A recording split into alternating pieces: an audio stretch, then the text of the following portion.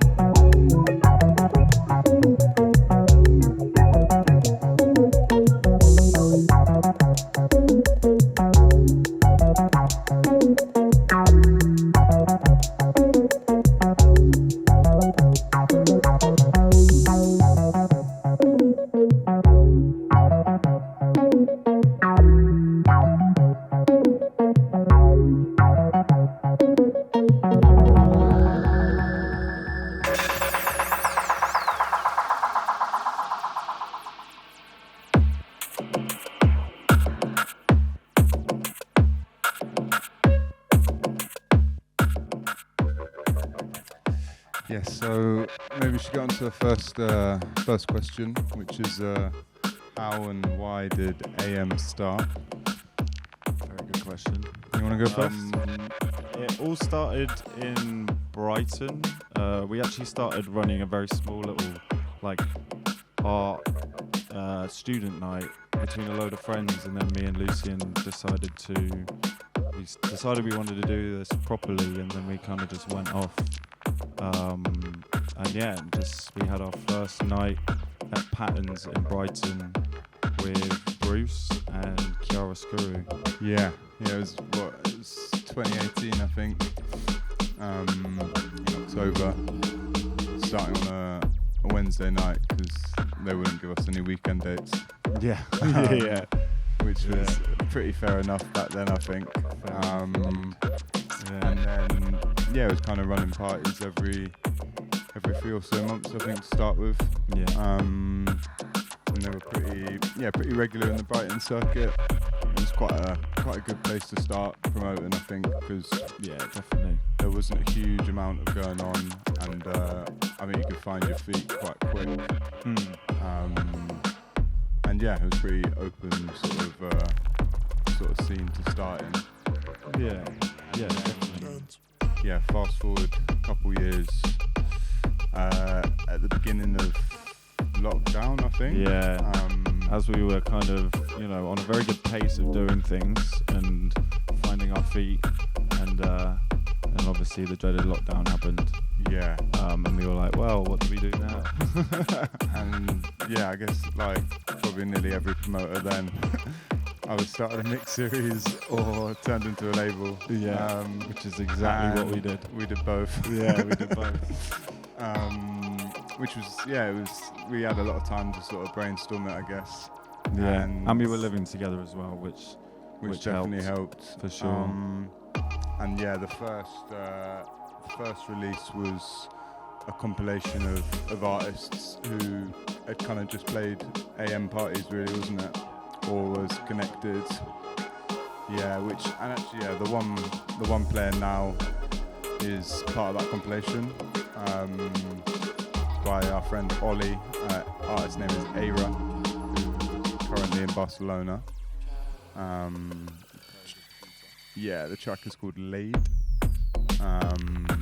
And it was about a 21 track compilation with all proceeds to charity to start with. And Brendan, our friend, mastered it all, assembler code. It was just a nice way to start, wasn't it? I think it was great. I think it was quite a good way maybe to start an imprint, to start with a VA, to sort of, especially if it's going to be part of affiliates and stuff like that. Yeah. Good to get everyone involved. Yeah, and what was it? It was on a tape and a CD. Was it a CD or a print? Yeah, it was a tape and a print. Tape and a print. It was a bit a while ago now. But it was easier, and obviously we didn't have enough money to put out a record at that time. Doing the tape was like less costly, and tapes kind of coming back again quite a bit, and kind of coinciding with vinyl getting so expensive. Yeah, definitely. That's a good way to start, I guess. Yeah, definitely. Yeah. This one next coming in is by Saskia.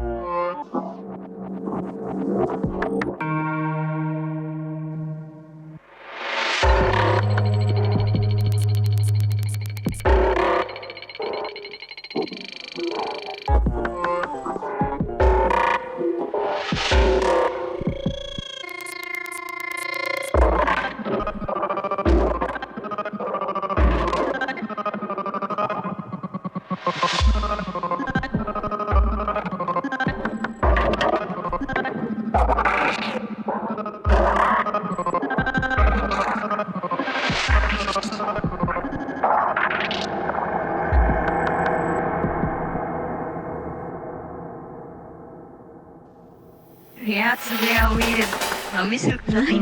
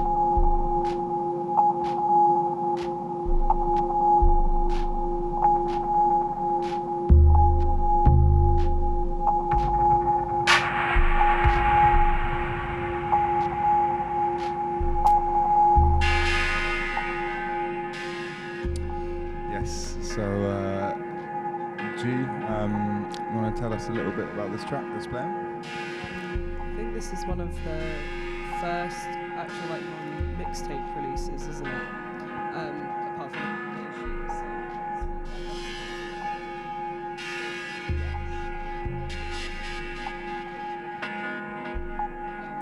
Yeah, I would say this is quite like pinpointed the sound, which is quite like hip hoppy. a little bit dubby, but yeah, very fragmented, which I really like. Nice. And yeah, maybe a bit more about yourself now. I mean, do you want to tell us, yeah, a bit about you outside of AM and also within it, and maybe how you view being resident for AM has affected your DJing or artistry, if it has at all, or anything along those lines? Nothing. Yeah, so I guess, yeah, Shoal and Loose are like the sort of head honchos of like the label output. Not head honcho. Head honcho. Cut it. But yeah, anyway. But yeah, I mean, what do you do as yourself outside of AM as well? Because you're involved in a lot of the music bits.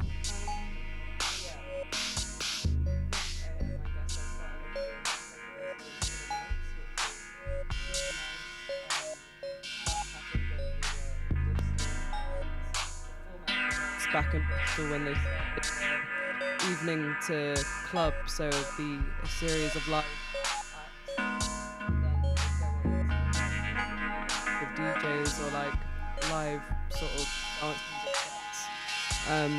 And yeah, like a big part of me DJing at the night, so I would usually get the slot which would bridge from live into the club in the back room, which was always quite a nice slot.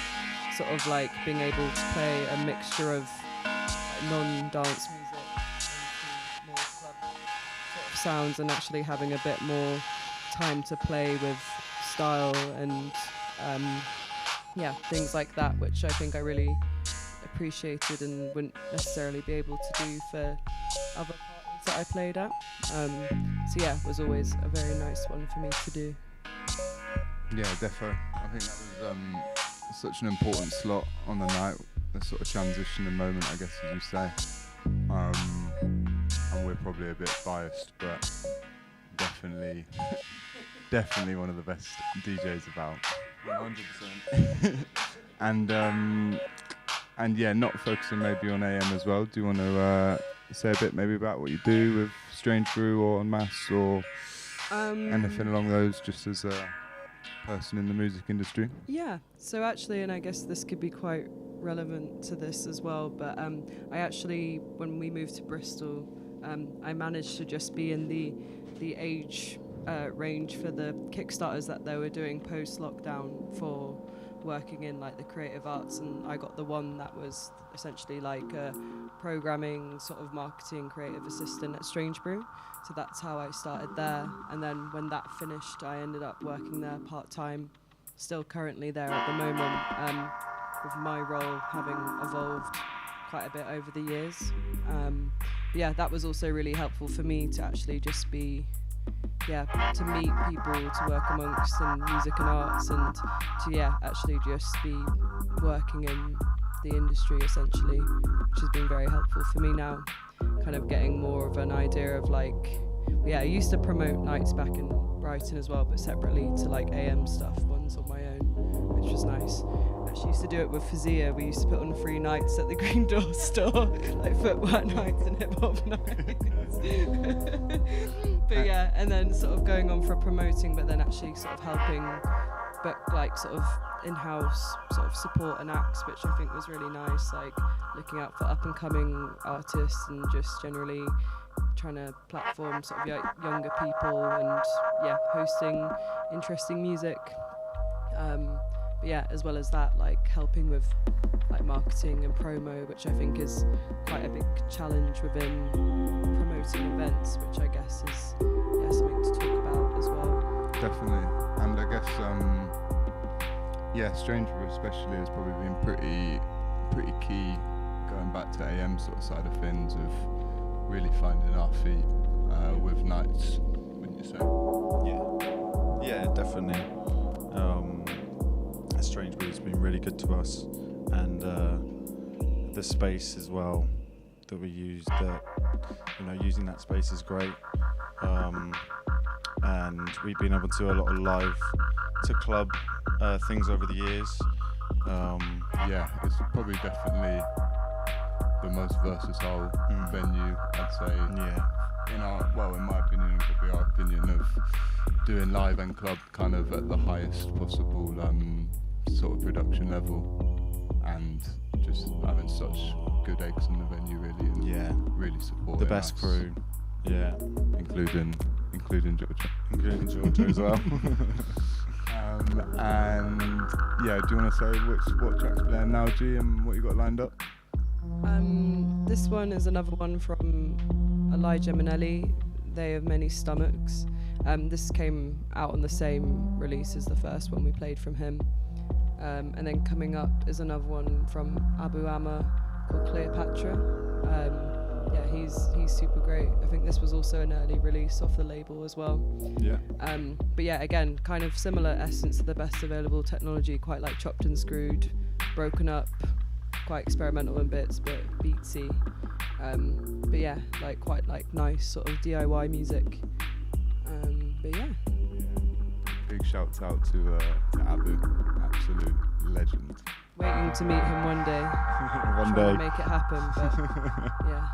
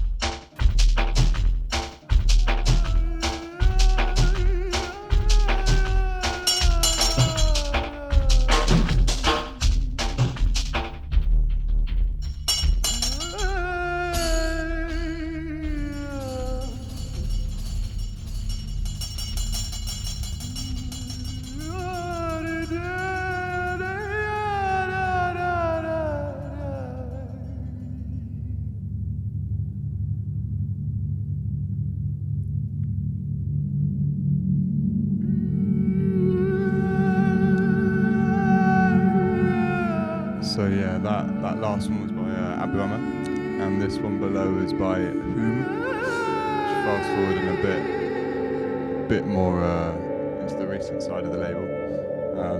They're a trio, Iranian Persian, sort of cross between jazz and folk, and it's made up of Omid, Rojin and Alvaro. Omid on vocals, Rojin on electronics and production, and Alvaro is on reeds and sax.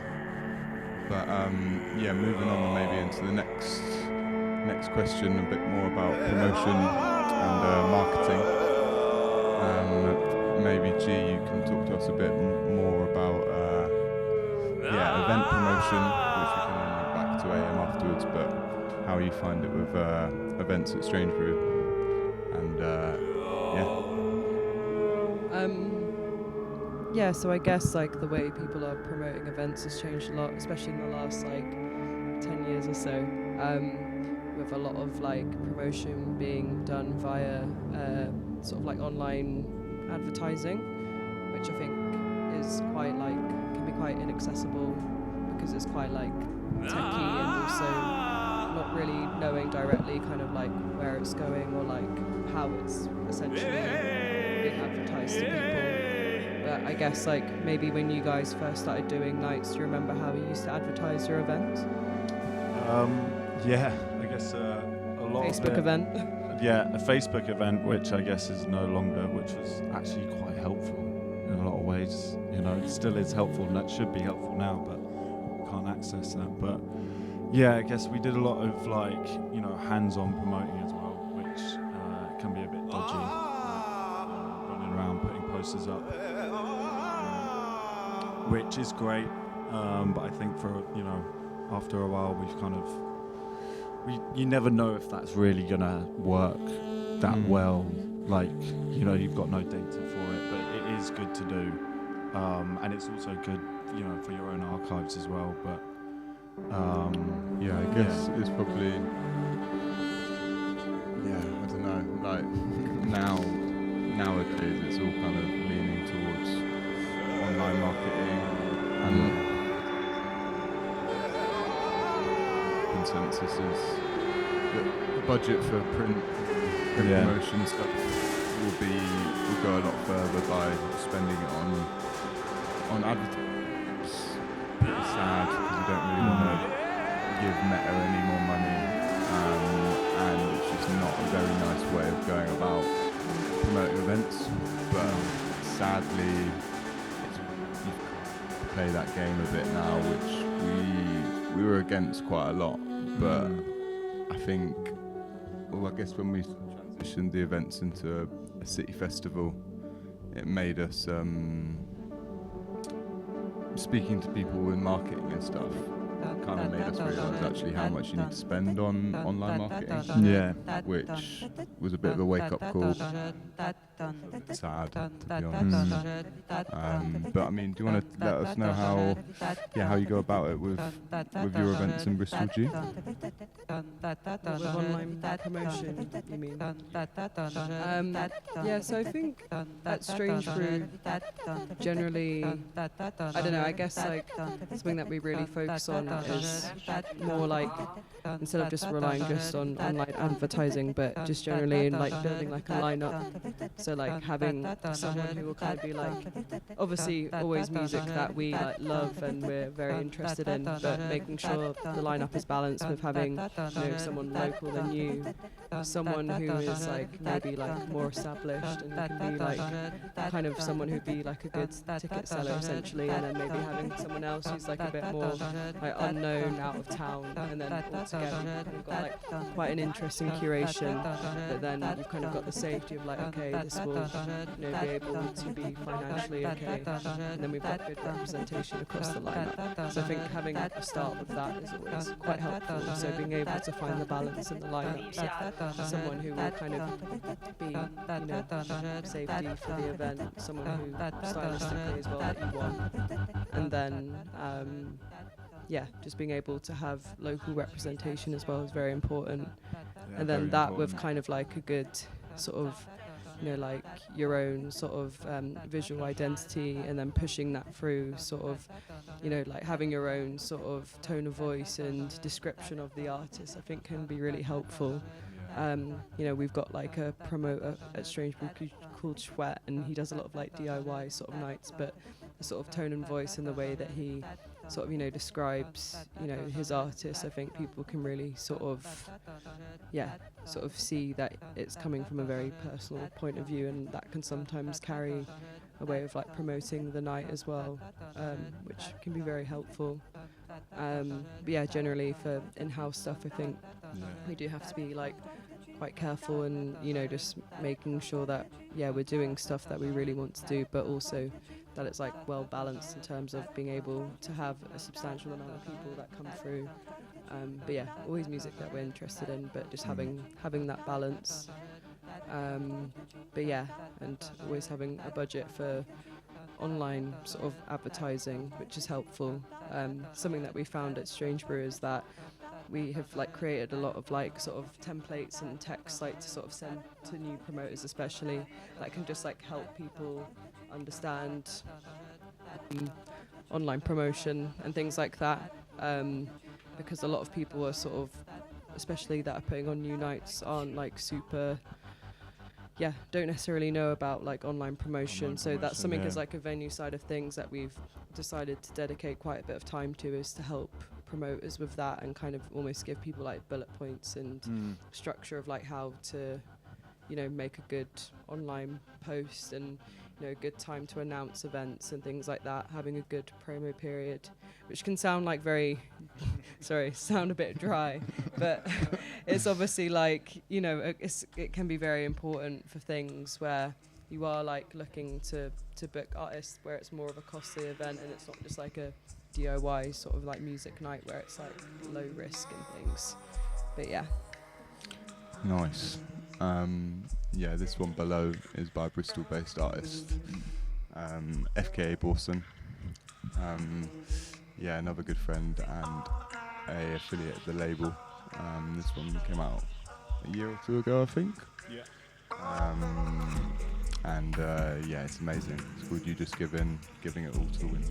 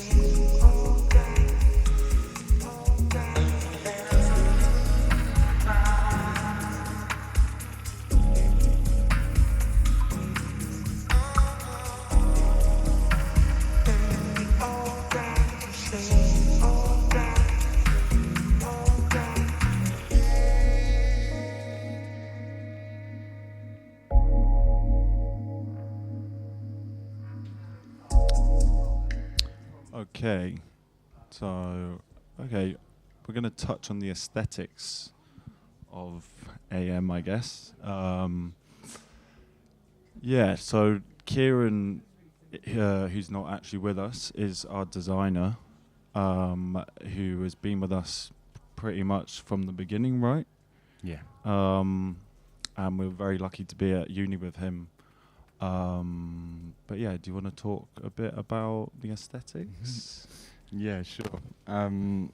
So yeah, our in-house designer is Kieran Birch, who we met when we were in Brighton.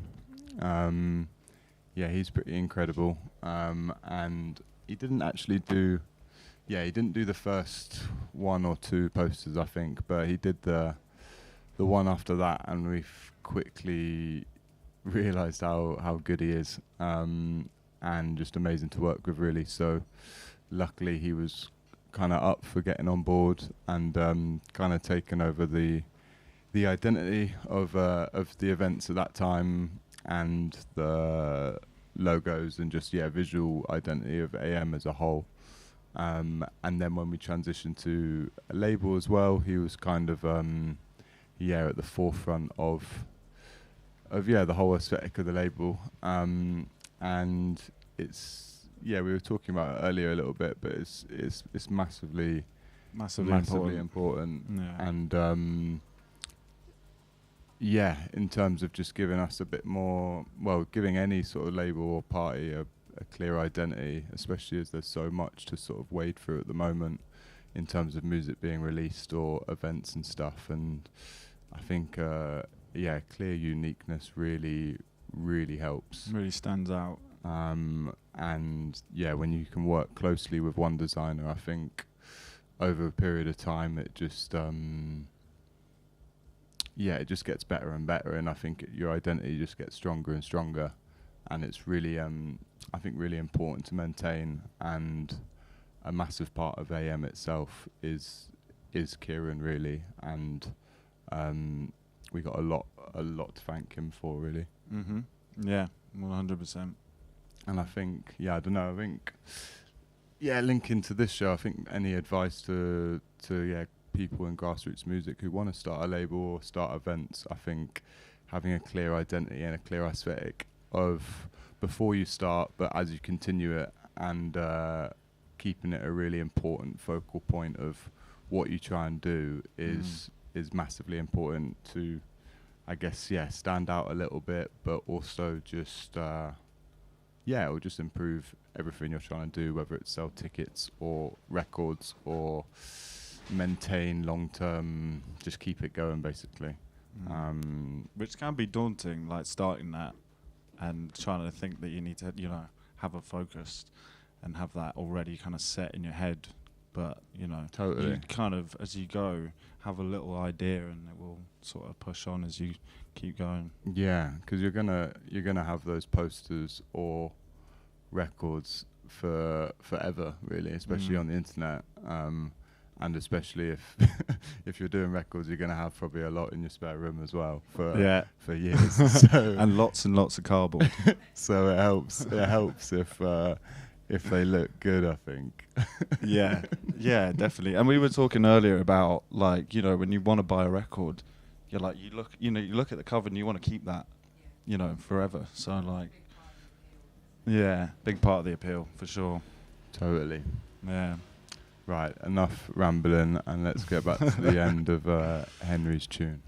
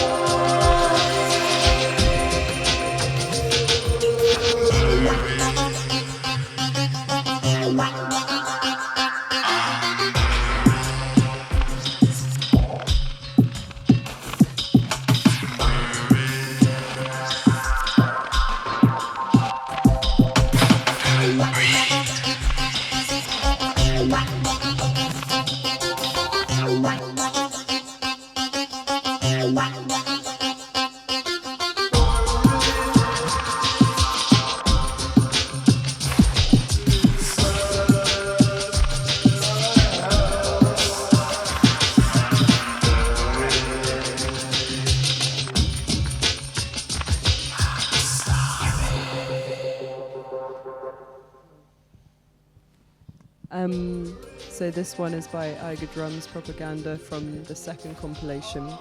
When you guys first started the label, the first release was a compilation. Is there a reason sort of you guys started doing compilations towards the start of the label versus now where you're kind of doing like more artists on their own, EPs and records? I think maybe a few reasons. One is, I guess when we were starting, it's a bit harder really to lock in artists for single releases when you haven't really got much catalogue to show for it. And I think also a way of starting the label, we wanted to kind of, AM is pretty various genres and not really sort of pigeonholed in one sound. So I think with the first compilation, we wanted to show kind of the wide variety of the future sort of sounds and sonic worlds that would happen within AM. And I think it's quite a good basis, I think, for labels to start with. And we've done a few now, and the first one was with just artists that have played parties or close affiliates, and then the second one branched out a little bit more, and then the third one was a little bit more Bristol focused, I guess, since half of us kind of moved to Bristol 5 years ago. And I think it's an easier way maybe for a new label to start is with various artist compilations. And then once you've got a bit more of a grounding, you can go down the route of EPs and LPs from single artists, and it would be a bit maybe easier to get a catalogue going once you've got a few VAs under your belt, or is definitely a good way to start. And you can kind of see quite a lot of labels sort of take this route. Would you agree? Yeah, definitely. I guess I don't really know what else to add to that. I guess that's I guess another part of it is that, like, economically, like, compilations are kind of easy to do. It was like online digital release, so it's maybe easier to get your foot in the door with like a digital release. Do you guys have like any advice of how it's been like doing a lot of vinyl releases in the last few years? Or I guess it's been like up and downs, isn't it? I guess only more recently it's become like a bit easier, but I think when we first started with doing records, it was like it was quite hard to make anything back from it. For sure. I think, I mean, that's a bit of a common theme maybe with running a label now. but I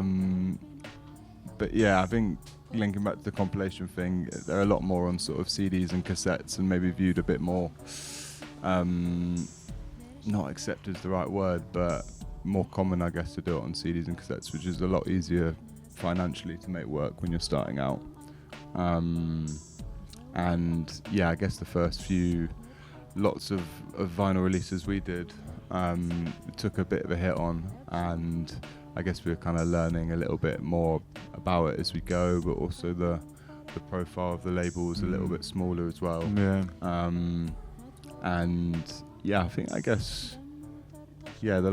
last couple of years it's been a lot better on that front, and it's just things like having the right distributor that works for you.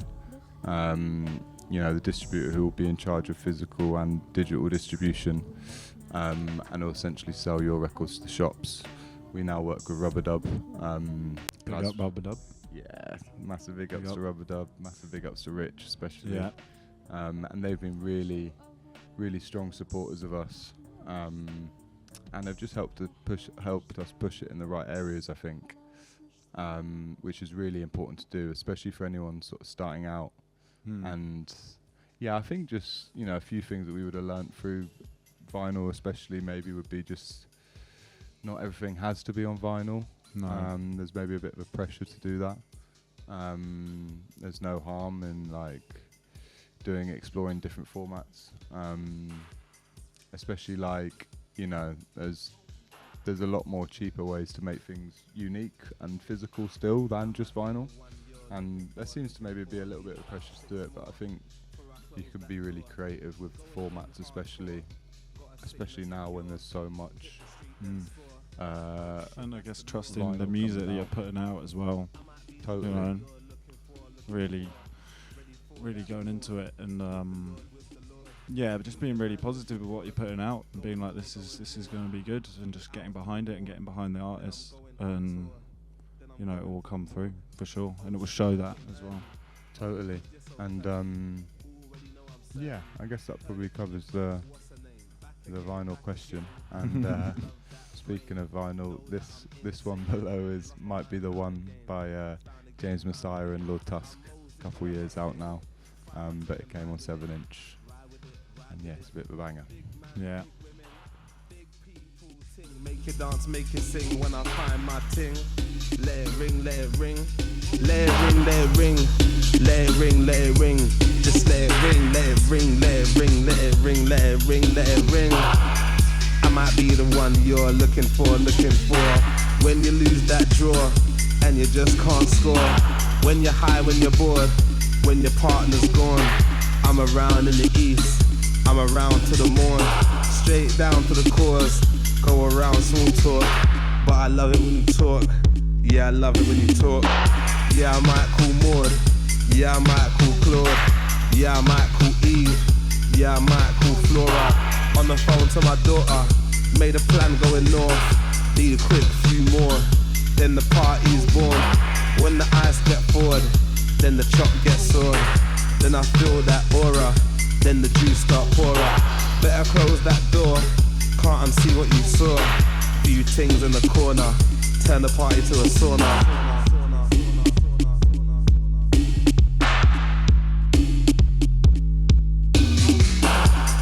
You might be the one I'm looking for. Yeah, soon be dawn. When they close that door, I went in hardcore. Now I'm sick, need a cure. Fell in love on the floor, and I got lockjaw. And the taxi's called. The address secured, coming back little more, cutting with Paramore. Yeah, the pathway's broad, going hell but it's warm. Cutting quick to the store, little gin, little pour. Little ting what I bought, on the path that I wrought. Then I'm going to the morgue, then I'm going to the Lord.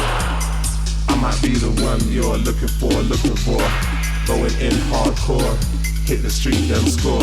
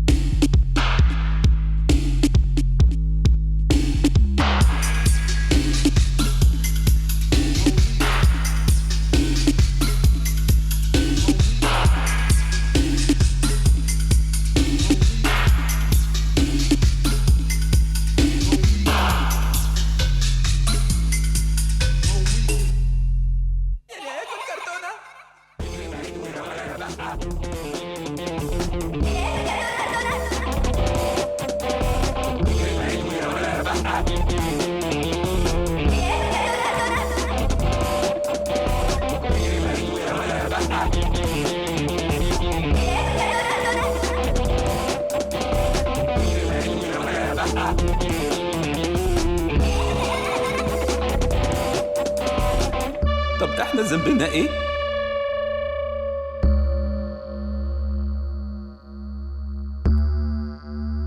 طب احنا ذنبنا ايه؟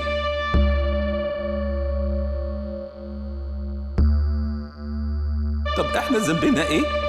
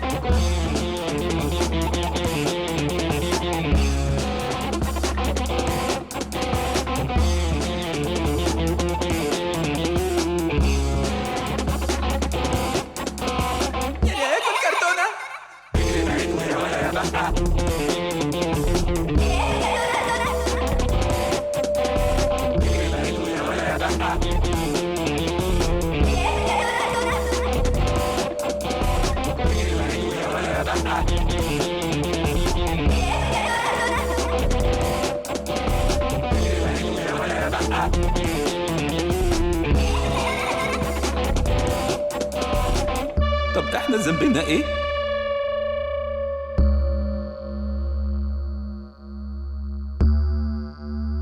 طب احنا ذنبنا ايه؟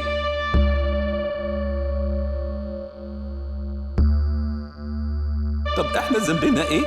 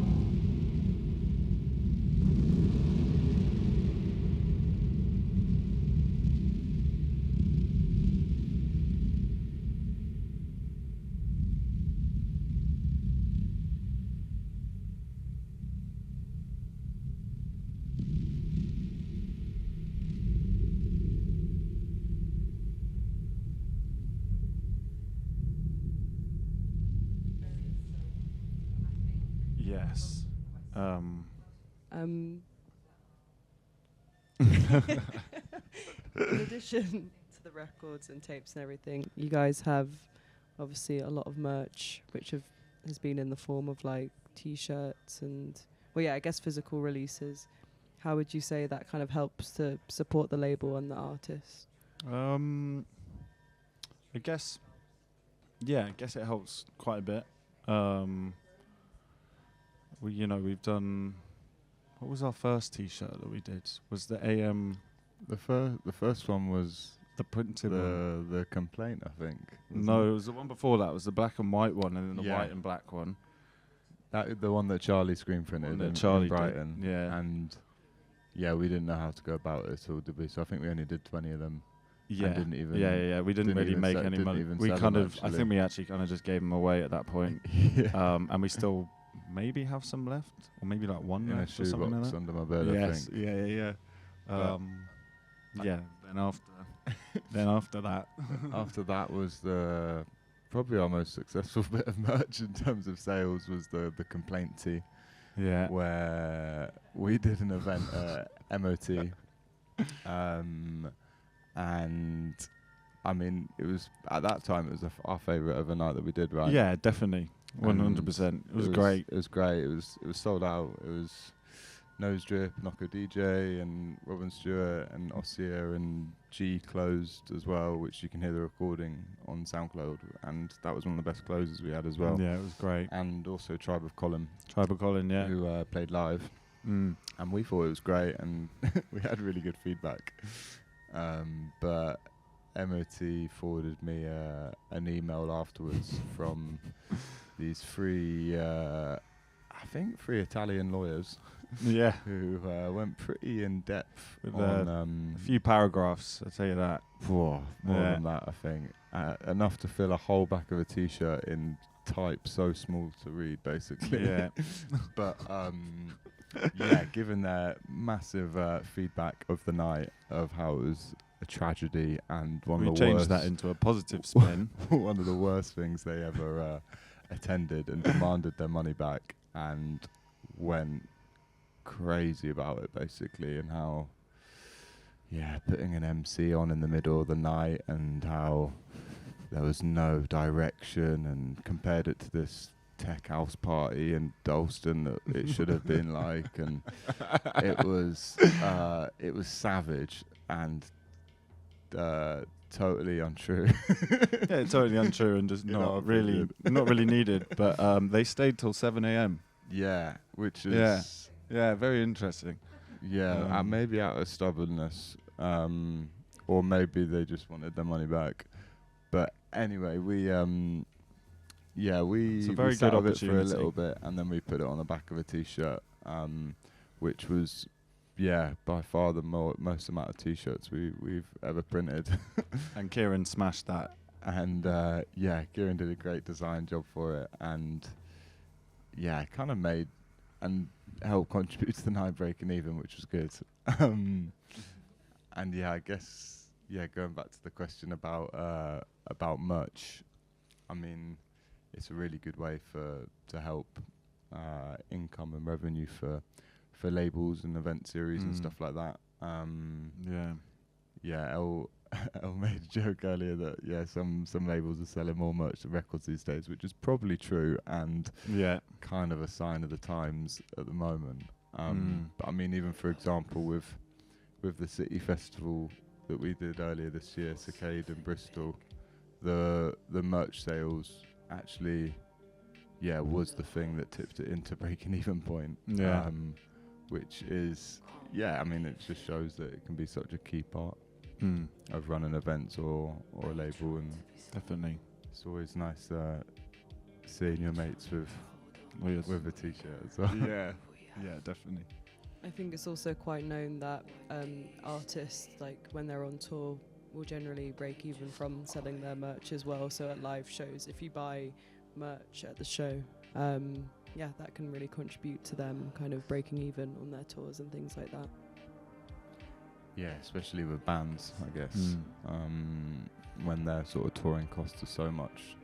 Our friend Scalar actually is a really, really good example of that, where they essentially, I mean, like a lot of bands kind of, just make it back about because touring costs are so high, but they can kind of clean up on the merch, which is really important, I think, for artists on big tours where you're 4, 5, 6-piece bands and so much equipment and so much cost that a promoter won't cover or will be able to cover, and kind of merch kind of pushes it through in the air.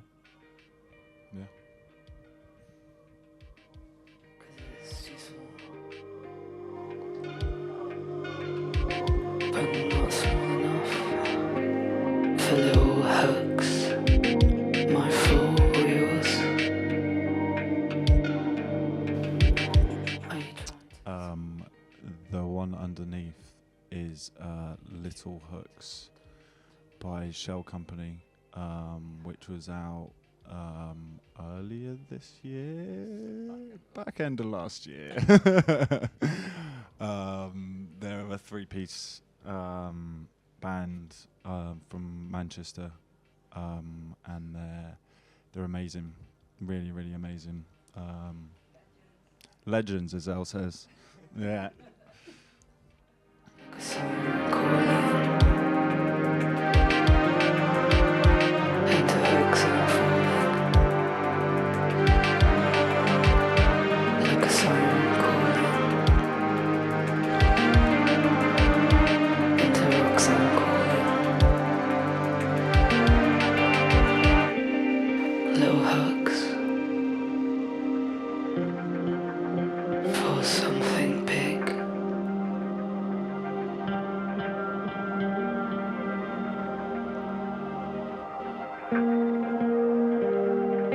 Little hooks. Can't make them fit.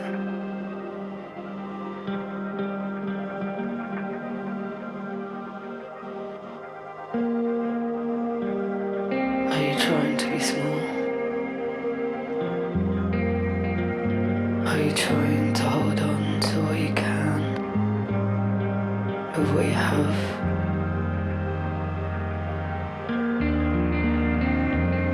Or stay?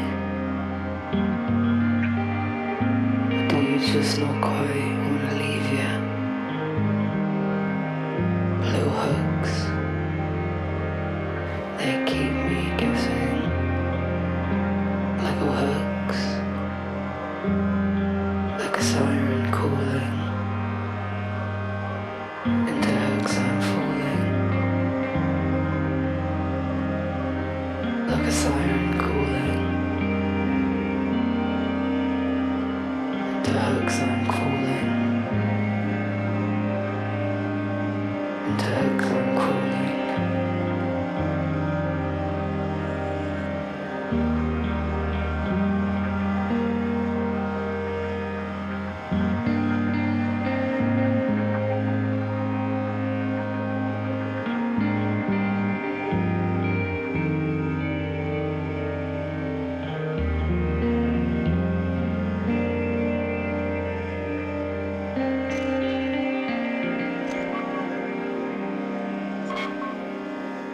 This sin is yet to be.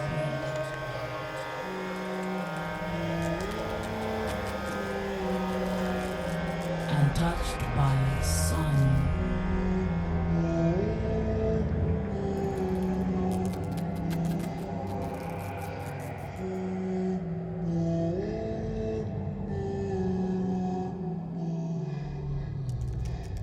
So it thunders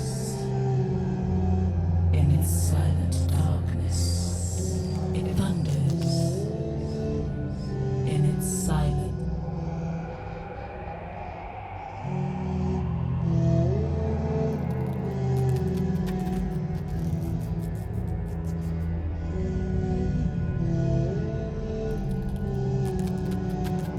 My story has become a stranger in this my new mouth. Storms in the white walls of museums.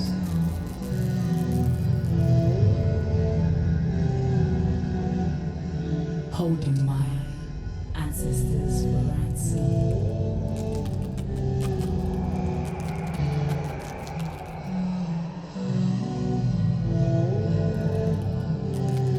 It dies slowly. It whispers.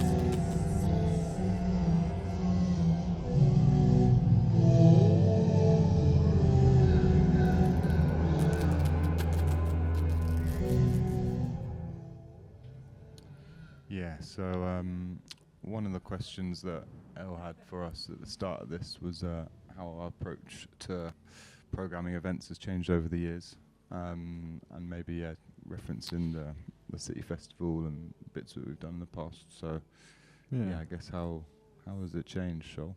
Well, I guess we went from basically doing a party or a show nearly every month. Every month and a half. Yeah, just club nights. Which is obviously quite a lot. Mm-hmm. And then we kind of progressed with, using Strange Brew as well.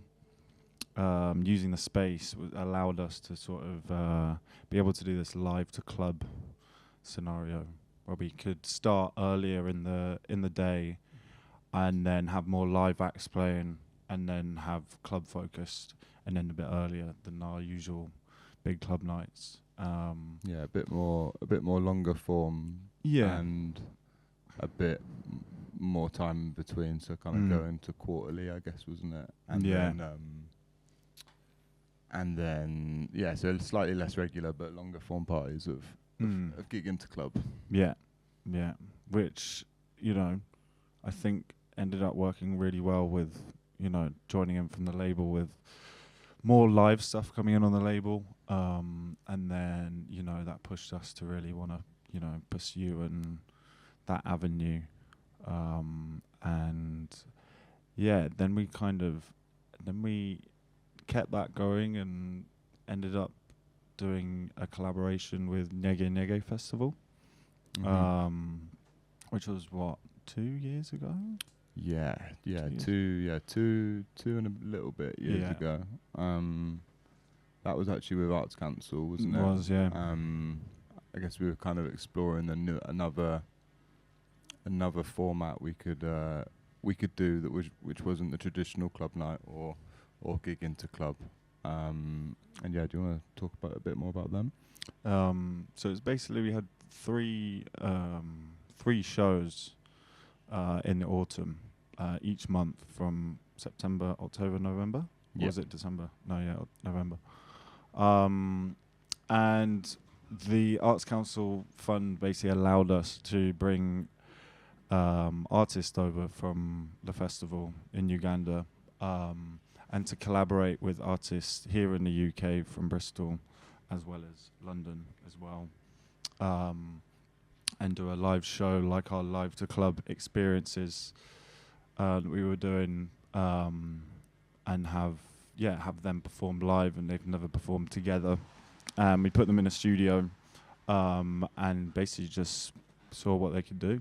Yeah, it was kind of like a bit of a residency, wasn't it? Yeah. Like each week was a residency, about 5 days in the studio in Bristol, with this new collaboration of artists, kind of who hadn't actually even met before. Maybe we'd got together a bit on Zoom on a couple sessions before the weeks, and they'd have 5 days of making music and rehearsing and chilling and hanging out, and then it would just result in at the end of the week with this live performance for the first time. So it was they were amazing, weren't they? Yeah, which is pretty incredible. Valentina Magaletti and Arsenal Makebe and Ossia and Dali. That was one of them. And then the first one was Ryan Chenna, Ochin James, and Katu Diosis. Which is amazing. That was great. That was really, really and good. And then the last one was Feli Munkasi, South African trio vocalists, and they were in the studio with Jonty Gast and Exterior. And that was amazing as well. And they were all kind of part of these wider lineups of starting early and finishing late. And sort of this kind of debut collaborative performance. And it was really cool. Was that the meetup of Devon Rexy and Jonty Gast at that point? Yeah, and they met on that night. And they actually saw the performance of Jonty Gast with Feli Munkasi, and then invited him into the studio with them like a year later to work on their next album, and that then evolved into it becoming a Devon Rexy and Jonty Gast collaborative album, because they worked on it so much together instead of just a credit. And then it eventually ended up getting released on the label only a couple months ago, actually. We can see it in the shop right now. And so that was just another like organic way of the event sort of turning into running alongside the label, I guess. And actually a couple of those collaborations and residencies with Nege Nege is slowly forming actually into releases, which wasn't the plan. But there was so much good material recorded on each week that I don't know if it will be this year, but early next year there's I probably can't say which yet, but a couple of them will be forming into records, which will be released in conjunction with Nege Nege, which is super exciting. And I guess just linking back to the question was, I guess, how we could maybe push our programming a little bit and take it away from just a traditional club night or like headliner and support DJ or whatever, and explore different routes of the slots sort of happening from being debut collaborations or maybe a slight more unknown to what was going on, but or what the final result would be, but kind of maybe a bit more exciting for us to sort of program. And definitely, than just the usual club night.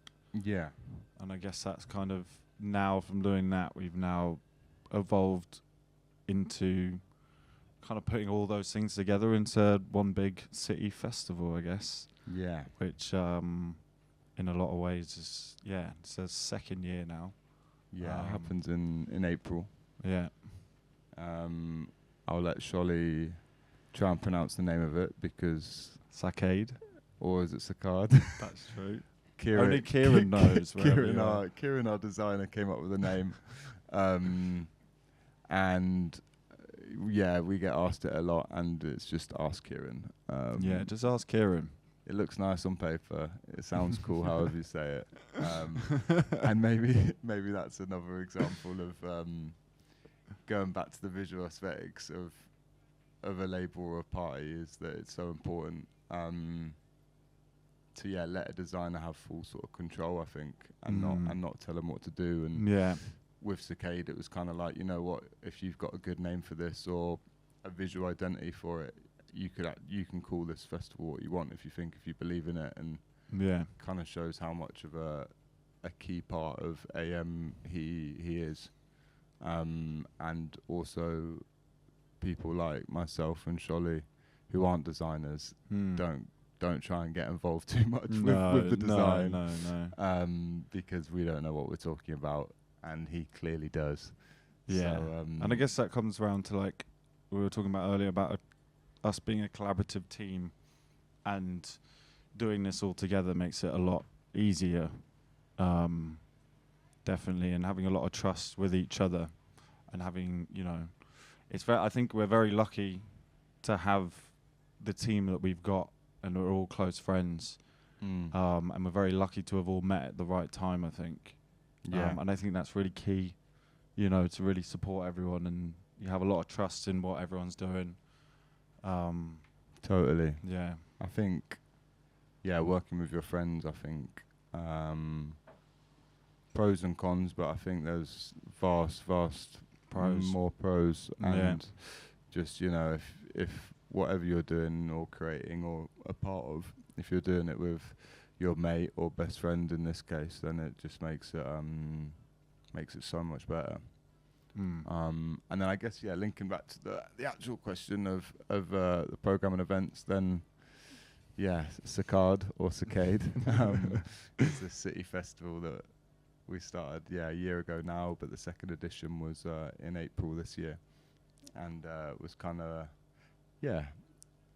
the final sort of result of gigs and club shows that we've put on all into one, kind of taking place among 5 or 6 Bristol venues that are also versatile, and this year it was 3 days long, multi-venue business, and it was great. It went really well. Good. It was really good. We were very happy with it.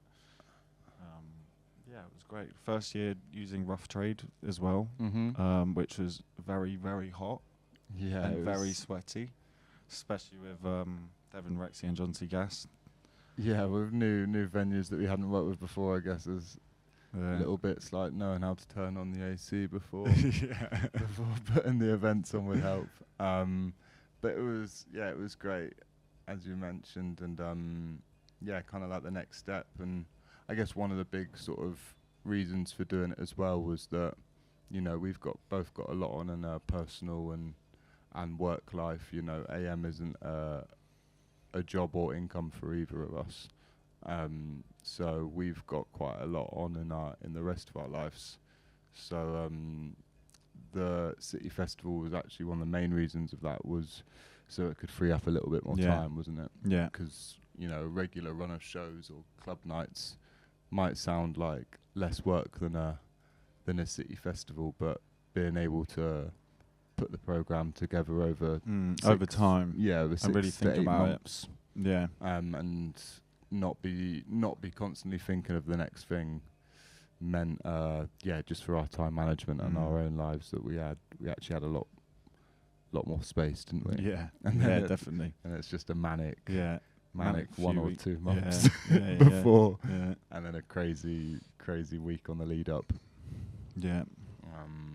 Which seems to be working, I guess. Seems to be good. And I guess maybe at the time for us, we thought it was a bit more impactful than a regular sort of run of club nights for the party, I guess. Yeah. And then I don't know what the future of the events program will hold, but yeah, I guess we'll just keep evolving the festival, and maybe take up into a sort of greenfield site and go out of the city, or whatever is next. Yeah, 100%.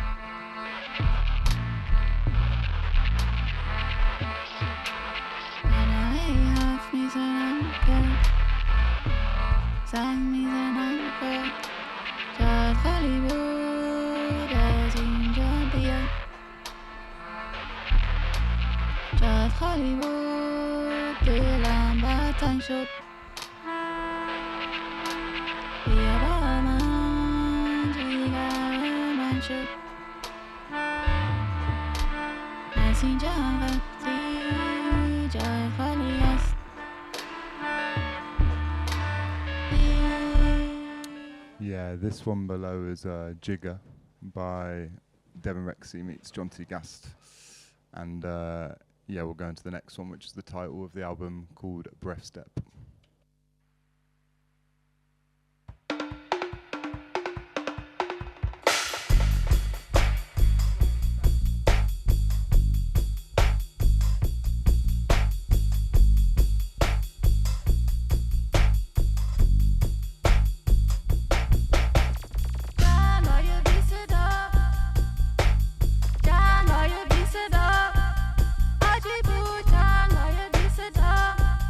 Oh,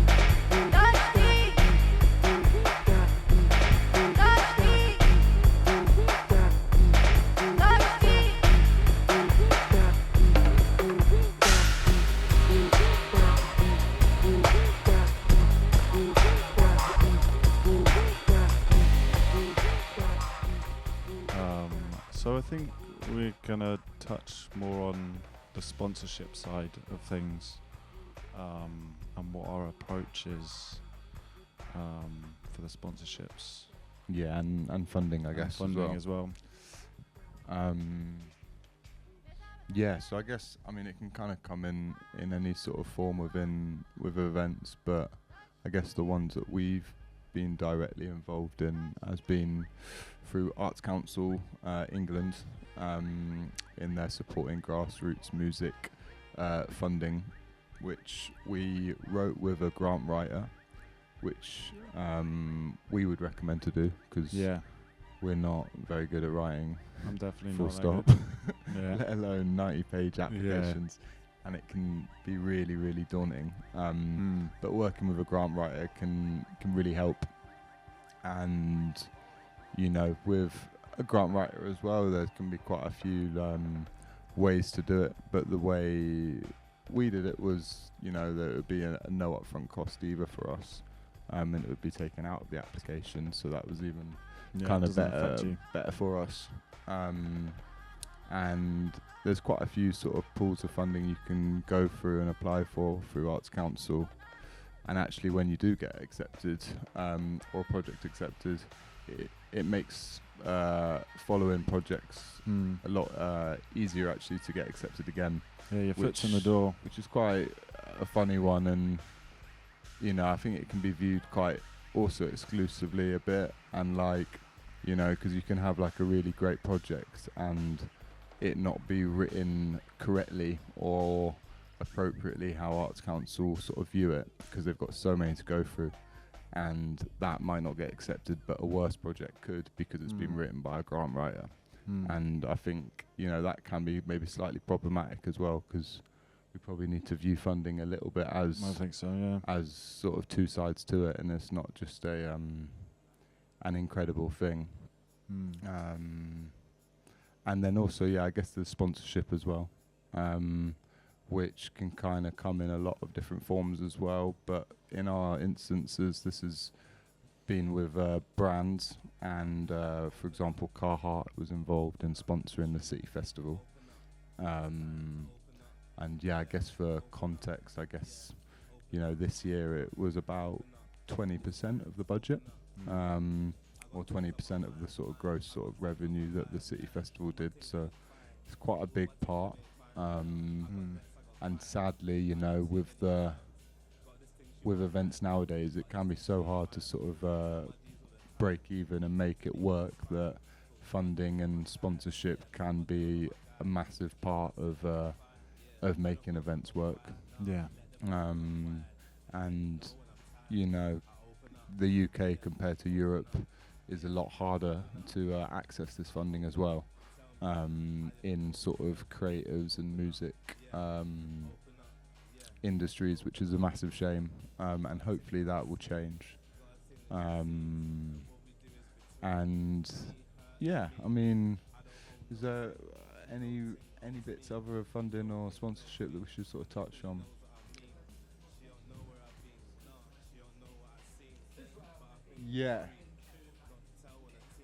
Yeah, it's massively important, because, you know, it's you got to be quite careful about it, I think.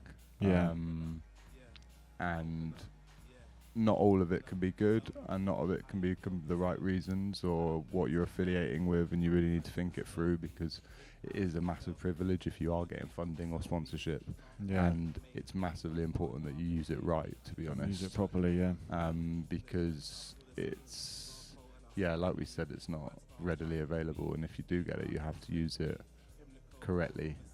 We believe in, and you know, we always looked at it that if we did get the funding through from Carhartt or Arts Council, whatever, it means we just push it as far as possible as we could, so that isn't just, you know, side profit sort of things. It's like making the project itself even bigger, and you know, reaching the community even further, whether it's through workshops or you know, things outside of music within the event. And yeah, I guess just touching on funding as well, with that links a bit to this program as well. There's this early career promoter fund at the moment, that's been a lot more readily available and quite easy to apply for actually.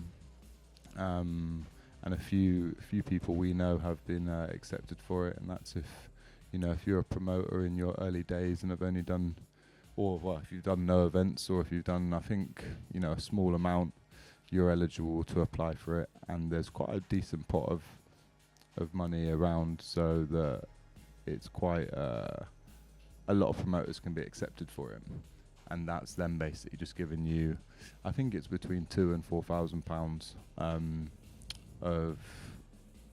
of money to contribute to a series of events or one event, and it's just for early career promoters. So that's really important for anyone looking to start, because it's harder and harder now to put events on, and let alone start events. I mean, I remember when we were talking about it, it's probably the hardest ever time to start as a promoter, because there's so many events about, and it's so hard to cut through and make a sort of mark, especially with, in London, for example, with exclusivity, or like sort of promoters that have kind of got big monopolies and doing multiple events a week, for example, and not leaving any space for promoters starting out. It can be really, really hard. Yeah. So if there is sort of funding available to explore projects and stuff like that, then you should really make the most of it. 100%.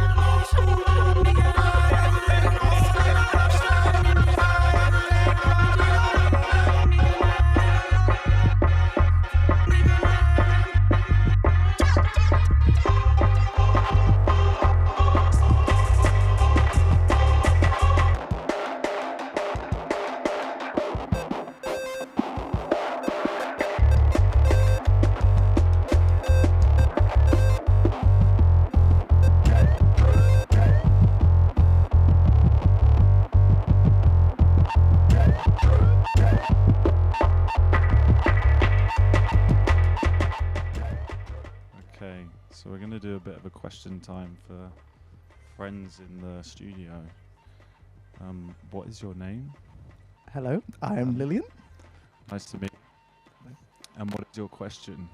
I come from Bristol. I've been a big fan of the label and kind of the parties. And I was wondering like how you kind of built your community out and how you see like the brand, but also kind of like your taste kind of feeding into like everything you kind of do, because it's become quite a wider institution, I think, and it's like much wider than just the party, just the label now. Do you want to answer that one, or do you want to touch on it? Yeah, so, Charles, do you want to have that one? Sorry, we're just shutting the door, it's a little bit loud.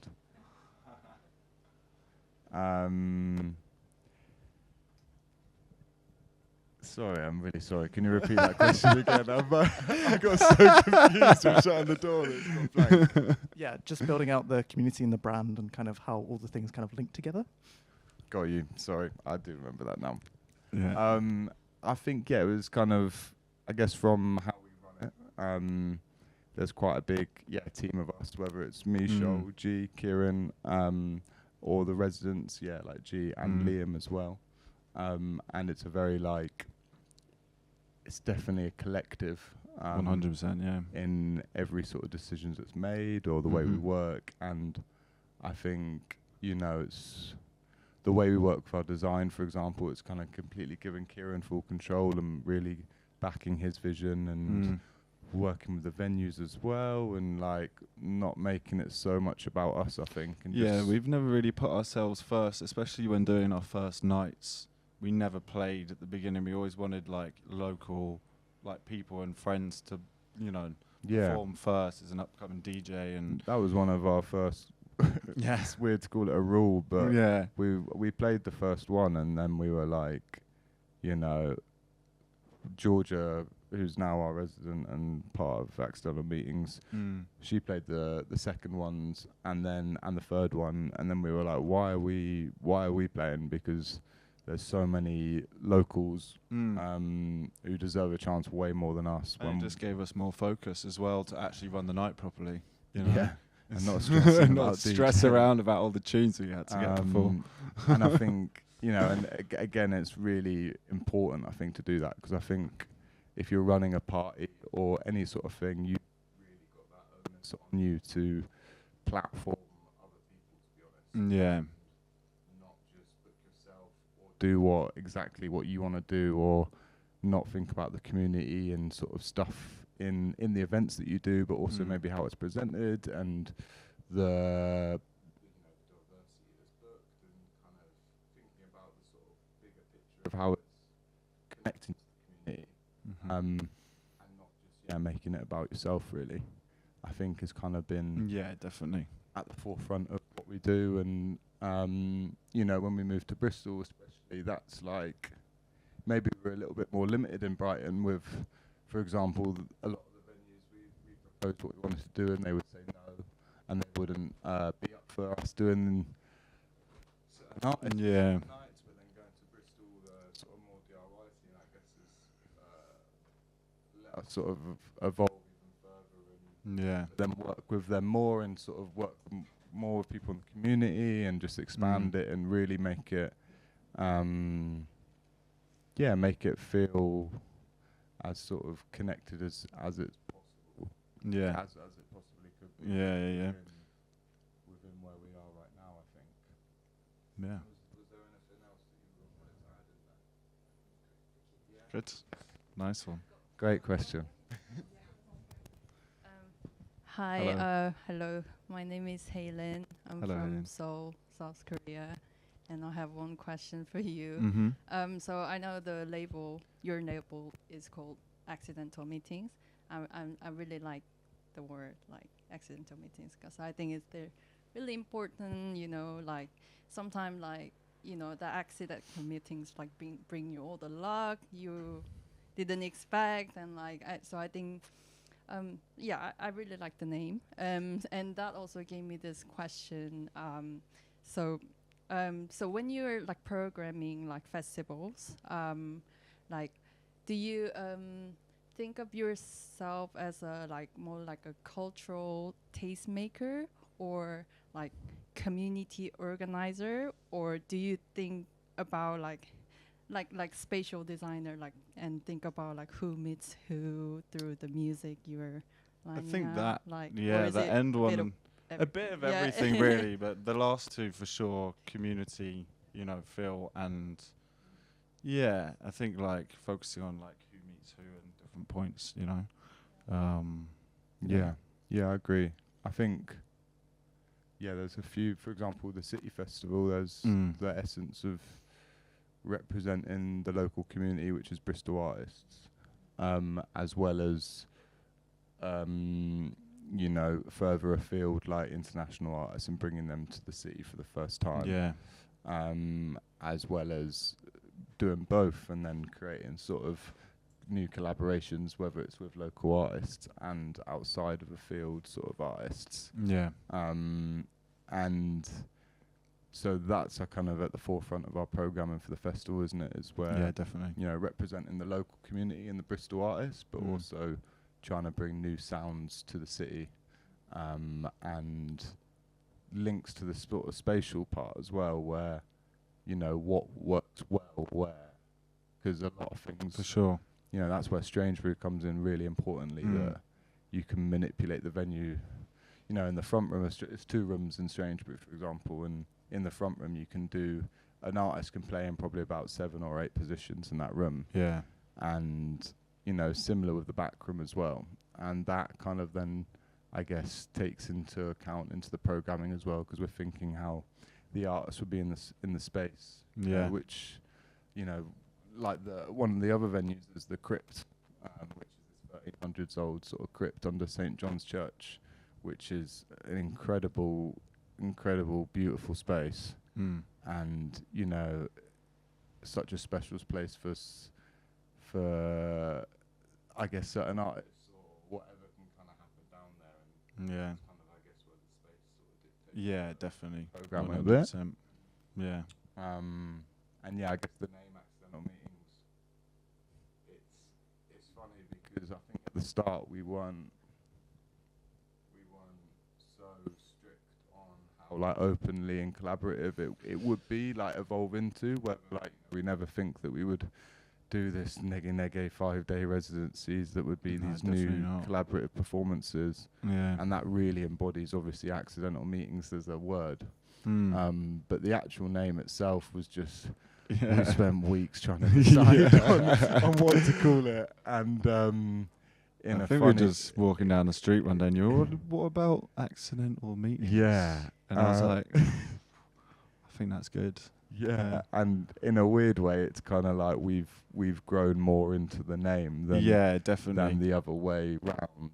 And I think, you know, maybe it was more of a case of it being quite open-ended, because we didn't have a completed exact idea of what we wanted to do, because when we called it that, we were only going to do club shows. So we didn't know it would become into an event, into a label, where there would be debut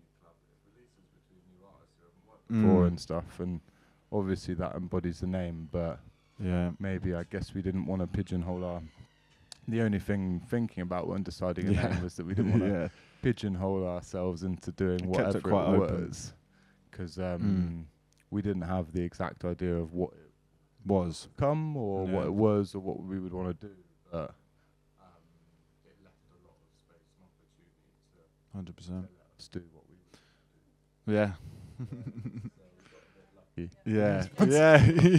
we got lucky with the name. Thank you very much. Actually, for Georgia, if that's all right, it'd be really nice, because they were talking about Strange Brew, and it would be really nice to get a sense of how, when you're doing the programming for Brew, how you kind of balance like having names that are going to bring in money, local talent, taking risks, you know, in terms of the programming there. If you could speak to that a little bit, that'd be really interesting. Yeah, I guess like definitely like one of the first things is we'll always curate in a way that feels like organic to the venue, you know, like reaching out to artists that we really like, music that aligns. But yeah, generally having a balanced lineup of having local representation. And obviously like with live music, I think a key part of it is that you do need to obviously invite people when they're on tour, because it's not feasible if they're not on tour. So making the most of that when you can, and then being able to, you know, select someone else maybe that are unknown, and then having more local people as well. And I guess like just having a sort of, I guess this, I don't know if this is boring, but I guess if you're starting out to do like a night, is kind of just also like, you know, you don't want to like throw yourself in the deep end and be like really, I don't know, throwing out like a lot of cash and stuff, but kind of having low break evens is quite like a good way to start, you know, have like a certain amount of tickets that you really think is going to be kind of accessible and doable, I think is good. Because I think that's like where it can get a bit tricky, is when you kind of can get quite like overexcited, spending a lot of money, and you don't actually need to do that. And you know, something that we've found as well, like if you have like quite like an abundance of sort of like local artists, or like, you know, getting like, I don't know, there's a collective in Bristol called Music to Come, and basically what they do is they have a little bit of funding behind them, but they'll collaborate with out of town labels and local people as well, and kind of together that can actually just get a lot of people down for an event and get people quite excited. And yeah, having other elements involved as well, which can also be like food, not just like music and arts, you know, and also like having different sort of ticketing tiers, people for low income, reaching out to collectives or to, I don't know, or like reaching out to certain groups of people where they're working with young people and offering like, you know, cheaper tickets for them, I think is good. Like doing a certain amount of outreach and involving younger people to go out, as well as just like the regular crew who will go to live gigs. I think that's also a really big key part, is getting new people interested and making sure you do the certain outreach, because as we were talking about online advertising, there's obviously a big part of that that doesn't actually reach those people at all, and it's good to do your own way of organic reach, which is a bit more sensitive and not as sort of draining as the the online stuff. But yeah. Yeah, I think you just touched on it, but do you think kind of connecting with the community and being conscious of what's around you is how important is that compared to just, you know, booking a headliner and trying to shift tickets and stuff like that? Yeah, I think it's obviously really good to, well, yeah, I think, to be honest, like, it's good to avoid like having that sort of like booking like a headliner sort of part of it, to be honest. Only if you're doing those events where you are like, it's quite crucial to have certain numbers in, but you're also able to invite other artists in that make it like kind of more of like a sort of, yeah, genuine sort of organic sort of event that you're putting on. But yeah, I think also it's worth just knowing like what people from the community actually want as well, like, because you might have your own idea, but really, like, do other people want that as well? So yeah, kind of maybe it can be about like, I don't know, maybe more people will go to like a party if like it's all of their friends who haven't really like had much time DJing or playing live music before, and they want to you know, I think a lot of people will come out for supporting their own friends and people that are close to them. And for example, like if it's like free entry or like low ticket prices, you know, everyone is struggling for cash at the moment, and just keeping things cheap and cheerful can sometimes just be the best way forward. But yeah. Nice. Should we wrap it up? Cool. So yeah, massive thanks to Kindred and London Museum and Elle especially for having us, Georgia, Sholto, and myself, Accidental Meetings. Thank you. Lovely. Yeah, that was really nice.